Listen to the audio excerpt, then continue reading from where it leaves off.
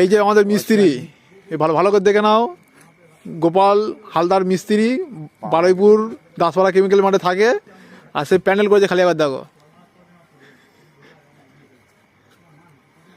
কিসের প্যান্ডেল না সেটা তো বলবি তুই।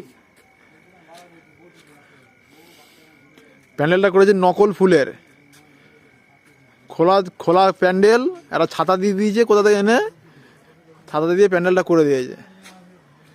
কোনো টাকা ফাঁকা কিছু নেয়নি, এমনি খেটে গদর খেটে করে দিয়েছে, কোনো টাকা ফাঁকা কিছু নেয়নি।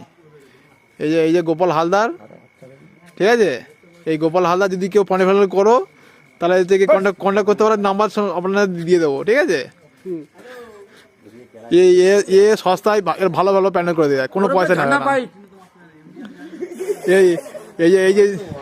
এই ঝর্ণা পাইক আছে, ঝর্ণা পাইকের ভাইপো হয়।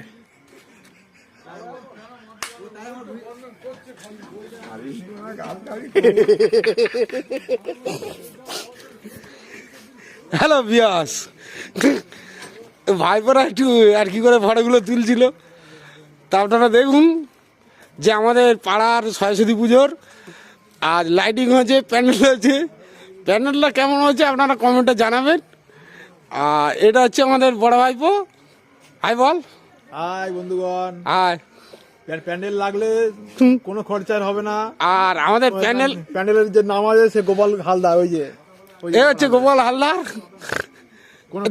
তাকাবি তো কি আছে এখানে, দাঁড়ানোই তো এই পাগড়াই লাইট বন্ধ করার জন্য চলে গেছে, দেখেছো।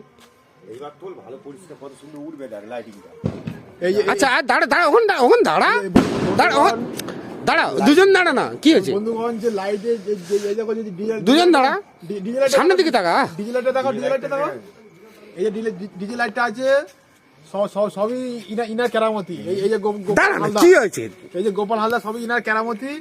ইনি হচ্ছে গিয়ে সব আমার দিকে তাকা, ওরকম করতে নেই।